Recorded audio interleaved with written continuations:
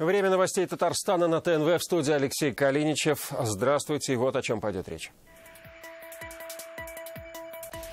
Быть ли котлам в квартирах? Пусть подумают о нас, о стариках. Нам очень дорого. В Джалиле Сармановского района не спешат с установкой индивидуального отопления.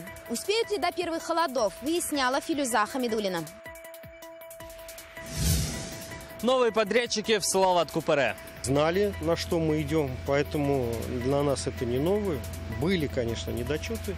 С какими проблемами столкнулись строители и когда будет сдан 11-й квартал, узнал Салават Ахмадуллин.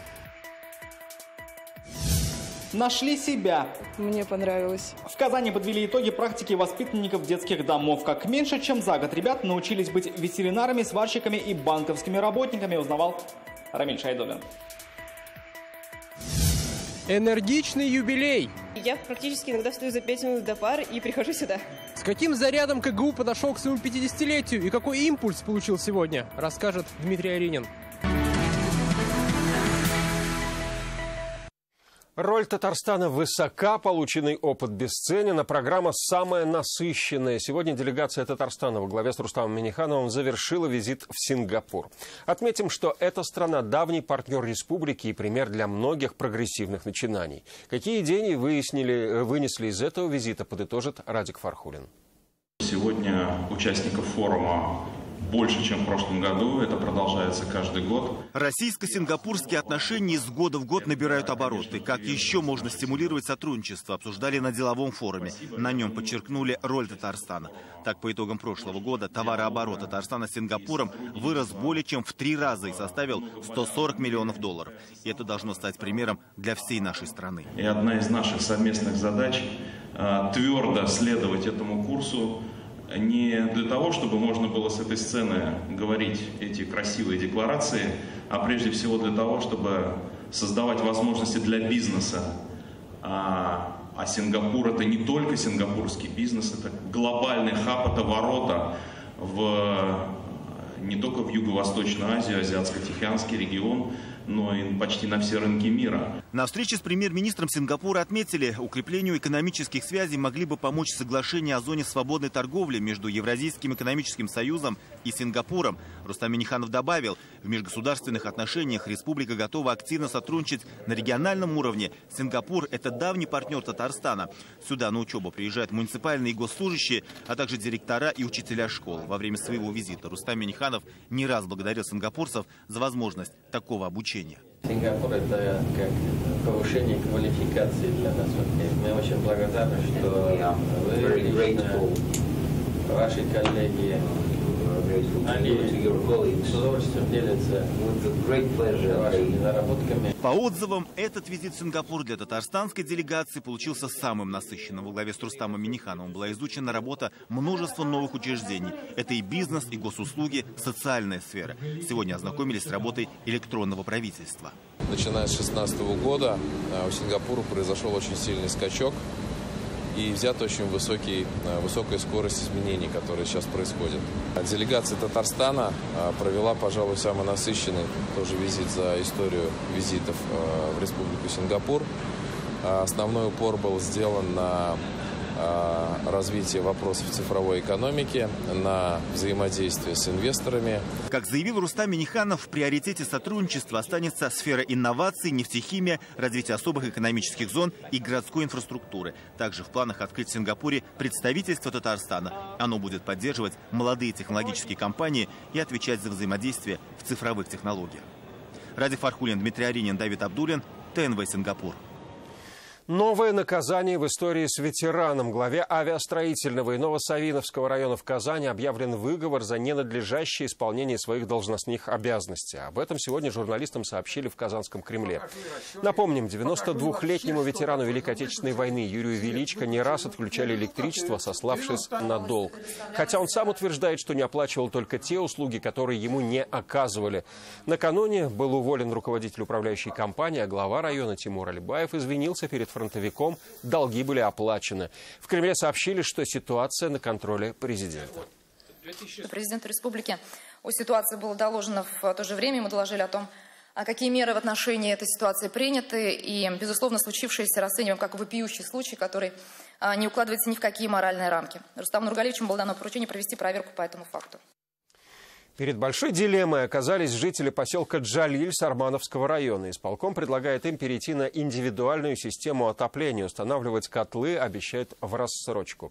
Главный довод – это снизит коммунальные платежи населения. В республике уже 50 тысяч квартир перешли на поквартирное отопление. Сейчас в поселке проходят встречи с населением. О том, почему, вопросов больше, чем ответов, выяснила Филюза Хамидуллина. Мне уж 80 лет, я могу и забыть, и воды налить, и туда-сюда. Мария Михайлова живет в этом доме с 1964 года. Говорит, привыкла к центральному отоплению. О предстоящем переходе на индивидуальную систему отопления узнала от соседей. Хоть ежемесячная плата за коммуналку снизится, устанавливать котел пока не готова. Нет. Пожилые люди, это надо тут все ломать, тут надо смотреть за газами и за водой. О необходимости перехода на котлы в поселке заговорили этим летом. Местная котельная 56-го года постройки, а износ тепловых сетей 52%. На сегодняшний день и ежегодно растут тарифы теплоснабжения, горячего водоснабжения. В поселке Джалиль это огромные суммы выходят платежки. Мы попросили фонд газификации Республики Татарстан совместно с их участием проводим совещание. 7-8 будем платить, но в квартиру не допустим. Сейчас в поселке еженедельно проходит собрание, где жителям объясняют преимущества индивидуального отопления. Главный вопрос, который волнует всех – стоимость котла и его установки. Жители говорят, 110 тысяч рублей осилит не каждый, но можно оформить и в рассрочку на 7 лет, отвечает фонд газификации. Пенсионеры одни живут, жалели. Они не смогут платить за это.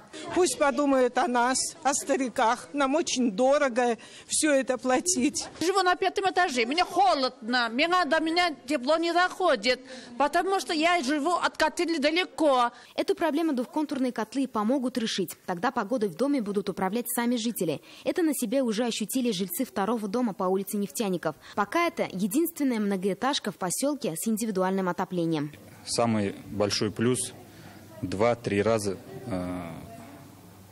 платежи падают. На примере двухкомнатной квартиры, если с центральным отоплением на сегодняшний день платит порядка 5 тысяч, с двухконтурным отоплением та же квартира будет платить в районе 2000 рублей. Встречи в поселке будут идти. После придут к каждому в квартиру и узнают мнение. По итогам опроса будет принято окончательное решение. В республике уже 50 тысяч квартир переведены на двухконтурные котлы. Это тепло и горячая вода. За примером далеко ходить не нужно, говорят в районе. До Урусу рукой подать. Там после закрытия местного ГРЭС в домах установили котлы. Если 70% жителей Джалили согласятся, то программа в поселке может заработать.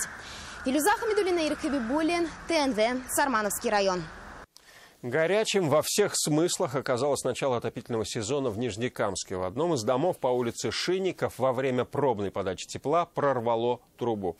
Да так, что горячая вода затопила почти весь подъезд. А безвинно пострадавших и кто компенсирует расходы на ремонт, выясняла Светлана Звонарева.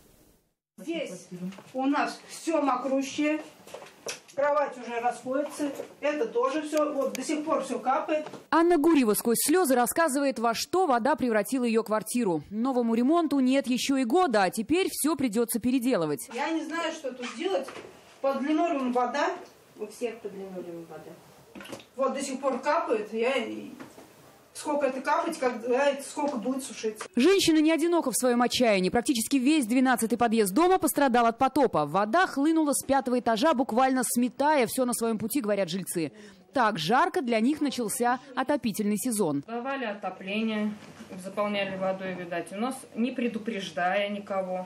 И у нас трубу прорвало. Вот та самая труба. Хозяева вспоминают. Кипяток хлестал во все стороны. Едва не пострадал ребенок. А вот его отец, когда перекрывал кран, получил ожог. А вопрос, кто виноват, пока без ответа управляющая компания о подаче тепла не извещала, говорит хозяйка. Да и рабочие перед пуском с проверкой не приходили. ЖКХ сказали, что батарея по моей вине прорвала. Надо было за батареями сами следить. В том году приходил слесарь.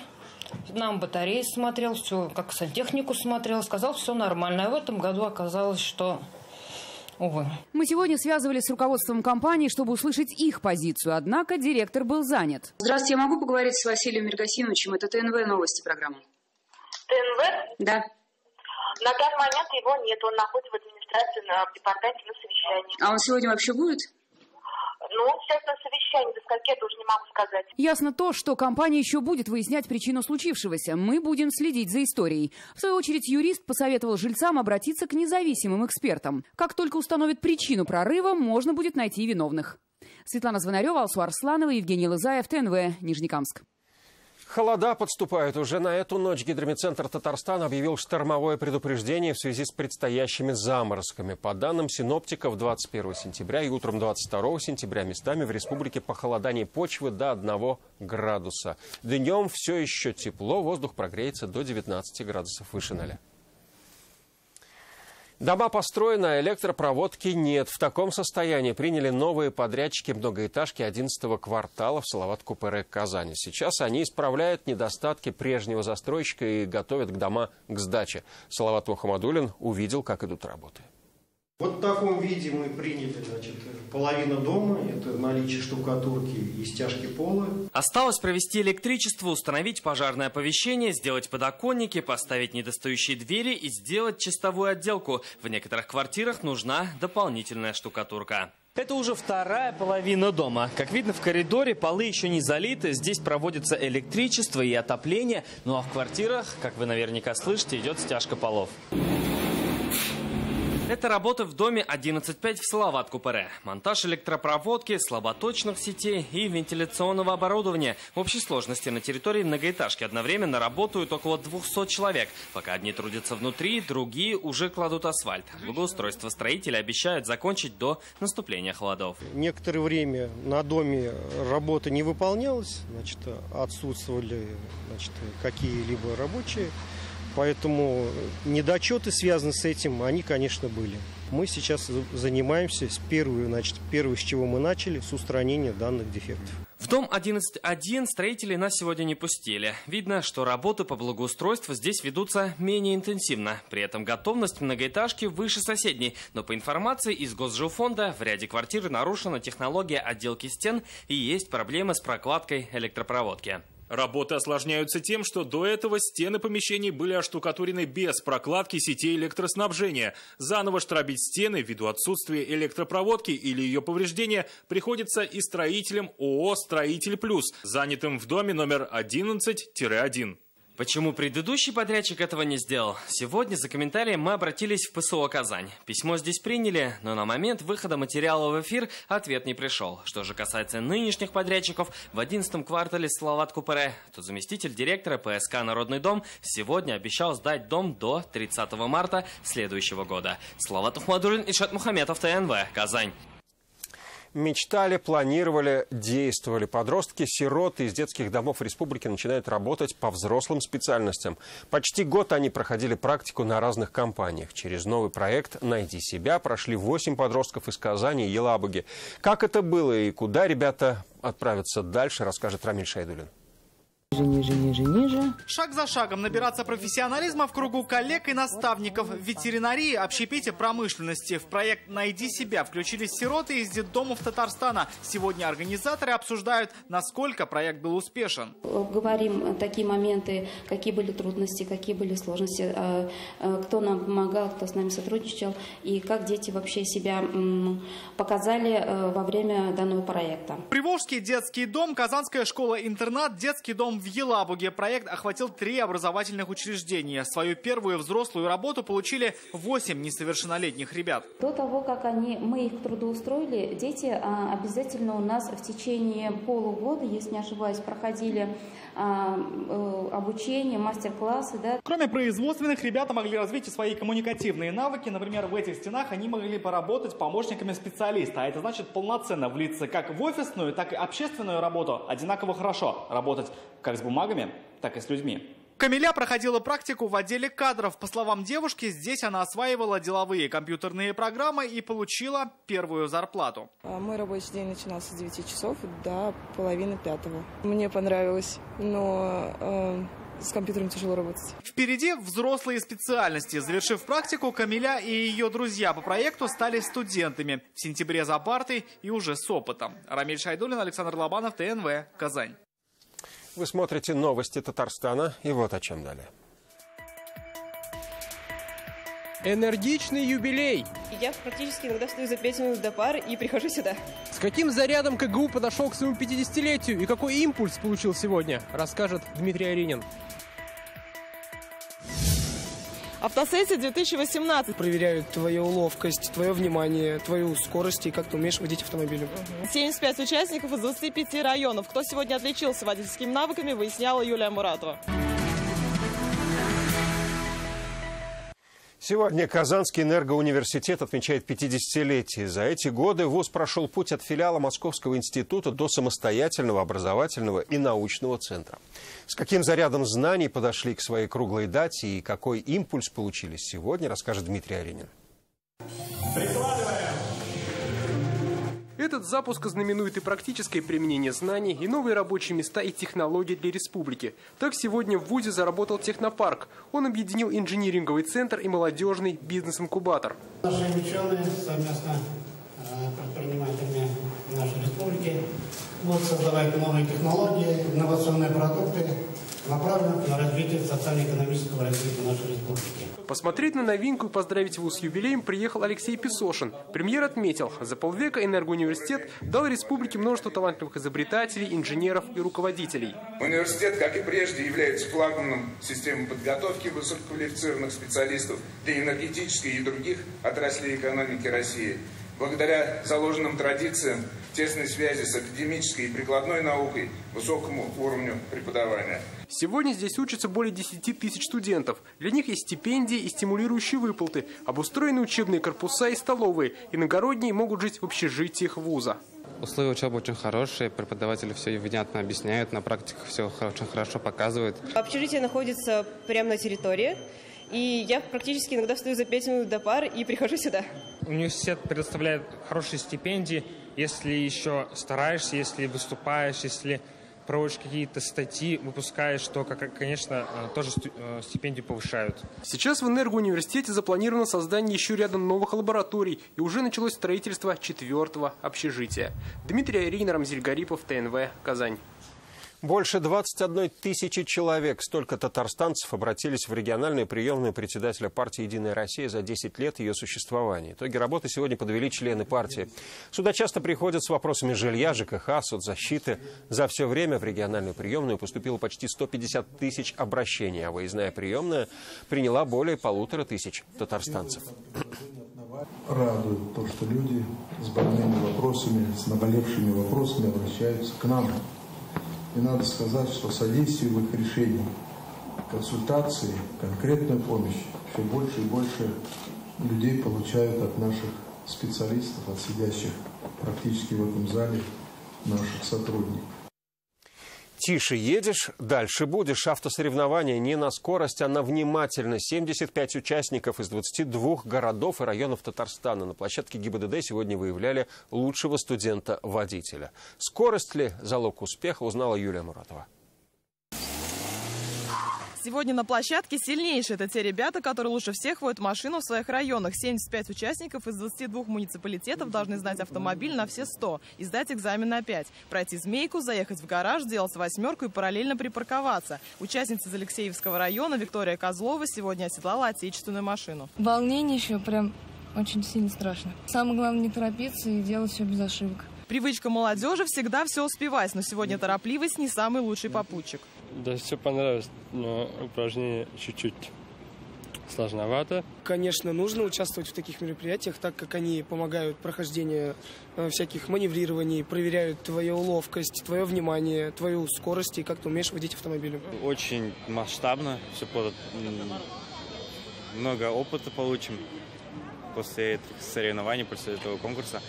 И постараемся выиграть. Показать им придется не только мастерство маневрирования и навыки вождения. Любой, кто садится за руль, не имеет права ошибаться. За ними следят автоинспекторы. Любая оплошность снижает шансы на победу. Ошибка на дороге может стоить намного дороже, говорят экзаменаторы. Задачами данного конкурса является закрепление знаний правил дорожного движения,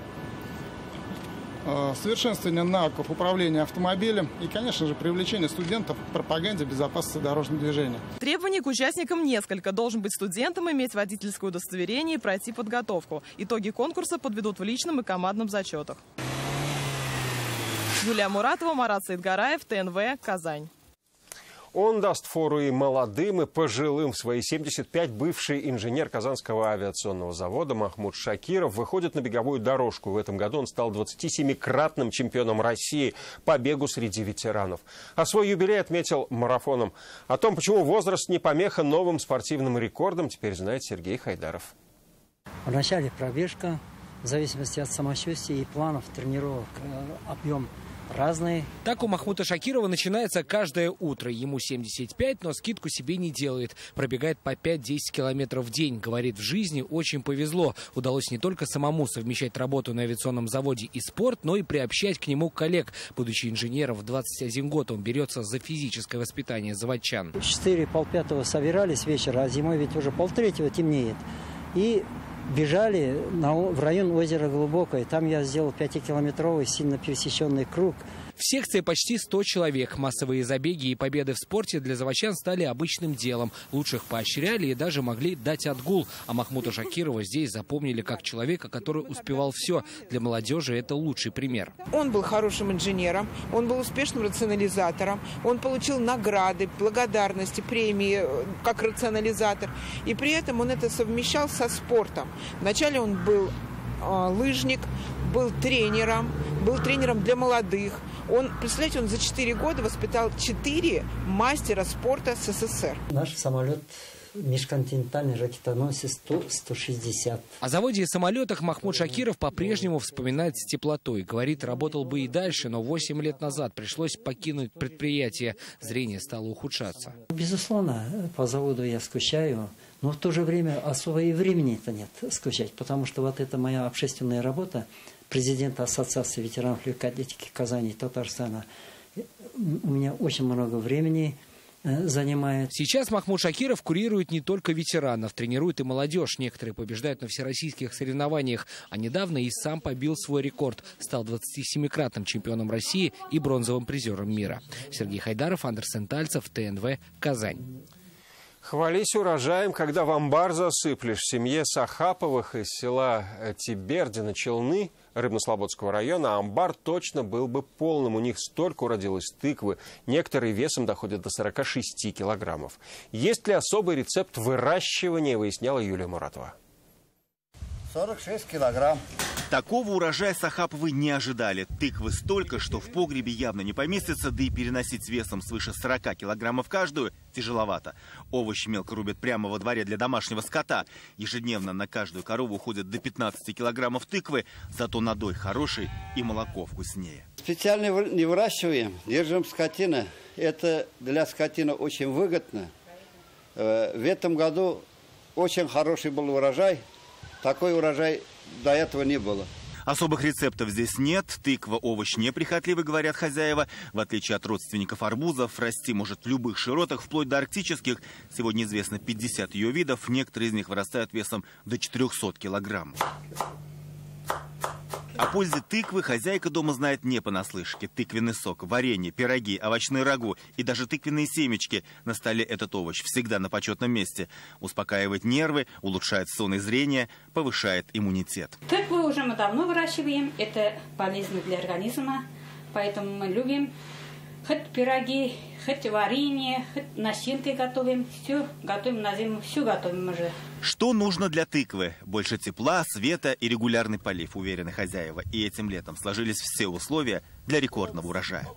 Радик Фархулин, Юлия Муратова, Ильшат Мухаметов, ТНВ, Рыбнослободский район. В продолжении выпуска прогноз погоды. Далее вызов 112. Я же с вами прощаюсь до следующего выпуска. Он в 21:30. Всего вам доброго.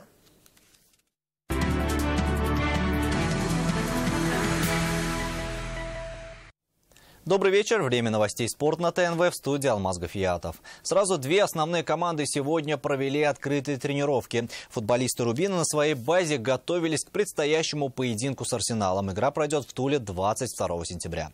А хоккеисты Акбарса в это же время тренировались в Татнефть-арене. Команда Белелединова поедет в Нижнекамск. Там состоится татарстанское дерби. Главный тренер рассказал, что практически готовы играть нападающий Михаил Глухов и голкипер Эмиль Гарипов. Они сегодня занимались вместе с командой.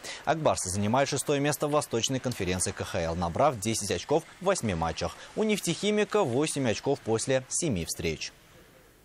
К другим темам: закрыли футбольный сезон на мажорной ноте. Лучшие корпоративные предприятия города сразились на турнире бизнес-лиги. 8 команд из различных уголков республики разыграли между собой золотой и серебряные кубки. Сначала битва в группах, а дальше поединки на вылет. Сразу 2 коллектива группы компаний «Таиф», ТНВ и «Оргсинтез» столкнулись между собой в борьбе за выход в финал. Единственный мяч, забитый в концовке поединка игроками завода, вывел телевизионщиков на бронзовые медали. Альметьевский клуб «Дивон Кредит» увозит золотой кубок, а серебряный трофей достался коллективу «Нацбанка». Теперь команды в ожидании осеннего сезона. Команды на этот турнир подбирали именно таким образом, чтобы весь турнир был примерно равен по силам. И поэтому уже после первых матчей сразу понятно, что никому легкой победы здесь не достанется. Спортсменка из Тетюш Алина Ахатова завоевала золото Кубка Татарстана по стендовой стрельбе. 5-й этап турнира состоялся на стрельбище Свияга в Высокогорском районе. В соревнованиях приняли участие 150 стрелков. Было разыграно 7 комплектов наград в упражнениях трап и скид. На кону высокая ставка — отбор в состав сборной Татарстана, которой предстоит участие в финале Кубка России в Московской области, и первенстве в Адыгее. Среди мужчин в этом упражнении на 2-ю ступень пьедестала почета поднялся Игнат Рыжов. Юрий Участкин на 3-ю. Пальму первенства на круглом стенде среди женщин получила Ландыш Кварталова. И это все новости спорта к данной минуте. Будьте здоровы и занимайтесь спортом. До свидания.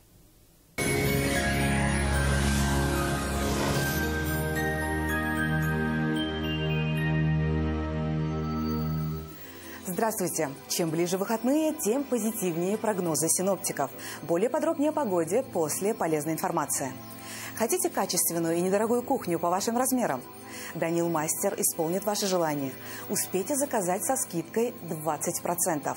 Данил Мастер, город Казань, улица Восстания, 23, телефон 2 167 166. По данным сервиса Яндекс.Погода, небо юго-востока Татарстана прояснилось. Тут 15 градусов выше нуля. На северо-востоке, в Нижнекамске, Набережных Челнах, Елабуге будет ясно, без осадков и плюс 16. На севере Татарстана, Менделинске, Агрызе, Менделеевске также до 16 градусов тепла и будет солнечно. На северо-западе, в Арске, Кукмаре, Балтасе переменная облачность, без осадков, около 15 градусов выше нуля. На юго-западе, в Болгаре, Буинске, Дрожжаном облачная погода с прояснениями. Синоптики обещают 17 градусов тепла. В центральных районах, Чистополе, Альметьевске, Мамадыше будет солнечно и сухо, до плюс 16. В субботу в Татарстан вернется вновь летняя погода. Солнце будет радовать нас своими лучами. Спонсор прогноза погоды — клиника Фармте. Лечение аденомы и простатита по европейским стандартам, без боли и операции на израильском аппарате Термекс. Телефон в Казани 292 66 77. Клиника Фармте. Радиоволновое лечение аденомы и простатита на израильском аппарате Термекс. Без боли, без операции. 292 66 77. Артрит, артроз, грыжа, операция. Стоп! Никаких крайних мер. При любых заболеваниях позвоночника или суставов сразу же обращайтесь к специалистам клиники «Доктор Ост». Здесь лечат самые сложные заболевания опорно-двигательного аппарата без боли и операций. За ваше здоровье отвечает команда высококлассных врачей, новейшее оборудование и комплексный подход в лечении. Приходите к нам. Убедитесь, что вернуться к полноценной жизни – это просто. В Казани открылся центр лечения заболеваний позвоночника и суставов клиника «Доктор Ост» на Имашева, 11. Не терпите боль. Вернуться к полноценной жизни – это просто. В Казани ожидается облачная погода с прояснениями, без осадков. Температура воздуха в дневные часы – плюс 16, плюс 18. Ветер северный умеренный до 3 метров в секунду. Атмосферное давление – 755 миллиметров ртутного столба. Влажность воздуха – 73%. В магнитном поле Земли без заметных возмущений. Это вся информация к данной минуте. В студии была Лейла Латыпова. Всего доброго и до свидания.